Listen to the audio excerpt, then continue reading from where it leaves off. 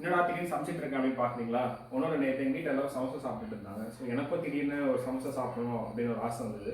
அப்போ தான் யோசிச்சேன், நம்ம ஷோக்கு ரெடி ஆகிட்டு இருக்கோம், டயட்டில் இருக்கோம் அப்படின்ட்டு.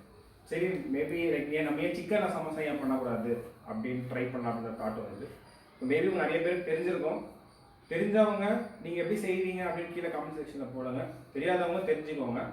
இப்போ வாங்க நம்ம வந்து என்னென்ன இன்க்ரீடியன்ஸ் இருக்குதுன்னு பார்க்கலாமா.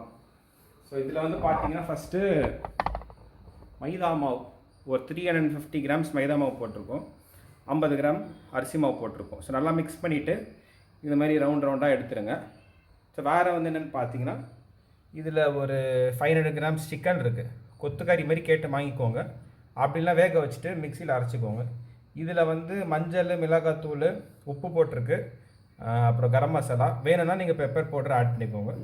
ஸோ இதில் வந்து ஒரு 3 டிஃப்ரெண்ட் வெரைட்டிஸில் பண்ணலாம் அப்படின்னு யோசிச்சிருக்கோம். ஸோ ஃபஸ்ட்டு வந்து சிக்கனு, உருளைக்கிழங்கு, இன்னொன்று வந்து கட் பண்ண பீஸ் சிக்கனும் வேக வச்ச முட்டையும், லாஸ்ட்டாக வந்து வெறும் எக்கு மட்டும் யூஸ் பண்ணி பண்ணலாம் அப்படின்னு யோசிச்சிருக்கோம்.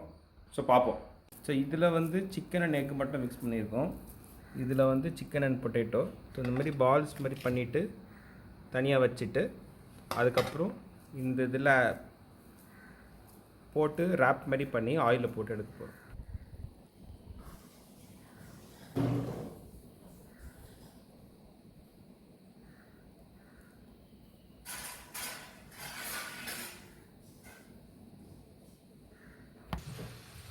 மிக்ஸ் பண்ண மாவெல்லாம் ஃபோல்ட் பண்ணி இப்படி வச்சாச்சு.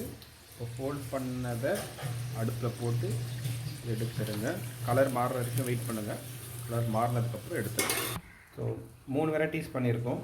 ஸோ இது வந்து வெறும் எக் வித் பொட்டேட்டோ, இது வந்து சிக்கன் வித் பொட்டேட்டோ, இது வந்து வெறும் சிக்கன் அண்ட் எக் மட்டும். ஸோ வேலை ஒன்றும் போயிட்டு தான் இருக்குது. ஸோ ஆக்சுவலாக வந்து ஆல்மோஸ்ட் லன்ச் டைம் 12:30. ஸோ நாங்கள் 10:30க்கு போல் ஆரம்பித்தோம். ஸோ ஆல்மோஸ்ட் 2 hours ஆகுது. இது வந்து நானும் எங்கள் அம்மா மட்டும் தான் செஞ்சோம். ஸோ அதனால் மேபி 2 hours. மேபி நீங்கள் நிறைய பேர் செஞ்சிங்கன்னா கொஞ்சம் சீக்கிரமாக முடிக்கலாம். அண்ட் மற்றவங்க மாதிரி நானே சமைச்சிட்டு நானே சாப்பிட்டுட்டு சூப்பராக இருக்குன்னு சொல்ல மாட்டேன். நீங்கள் ட்ரை பண்ணி பாருங்கள். ட்ரை பண்ணிவிட்டு எப்படி இருந்ததுன்னு கீழே கமெண்ட் செக்ஷனில் சொல்லுங்கள். அடுத்த வீடியோவில் உங்களை பார்க்குறேன். Bye bye.